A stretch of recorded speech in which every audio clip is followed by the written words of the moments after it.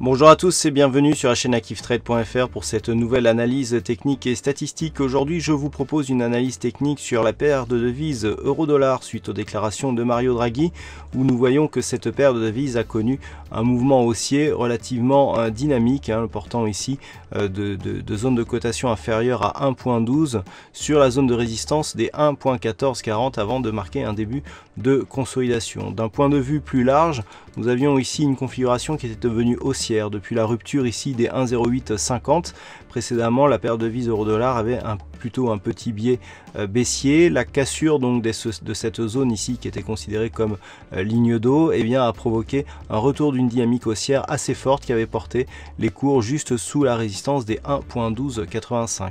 Suite au premier contact de cette résistance, les cours avaient commencé à osciller ici en phase de consolidation horizontale entre ce point haut significatif et la zone des 1.1116 qui représentait le retracement à 23,6% de Fibonacci.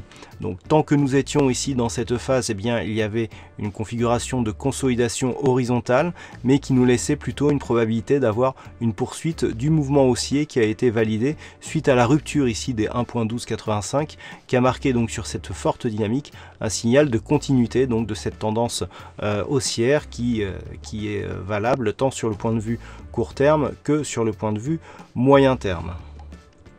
Suite à la cassure ici des 1.1285, les cours sont revenus ici tester cette résistance en tant que support, puis la direction a été directement chercher l'objectif des 1.1440 avant de marquer une petite phase de consolidation horizontale sur l'horizon de temps très court terme. Du point de vue des indicateurs techniques, nous avons une configuration donc de surachat sur le stochastique ainsi que sur le RSI. Attention au signal de consolidation qui est en train de prendre forme sur le stochastique. Le MACD, lui, est en phase de perte de dynamique suite justement au contact de cette résistance majeure.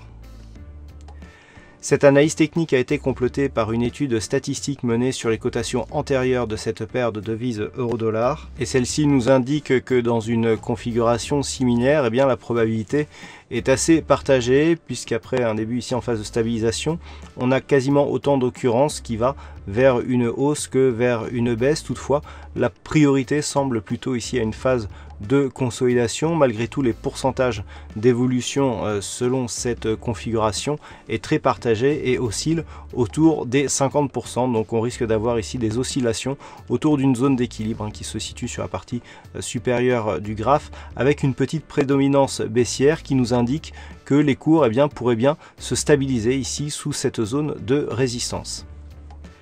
Pour synthétiser toutes ces informations, ce qu'il conviendra de surveiller, c'est un éventuel franchissement ici de cette zone des 1.1442.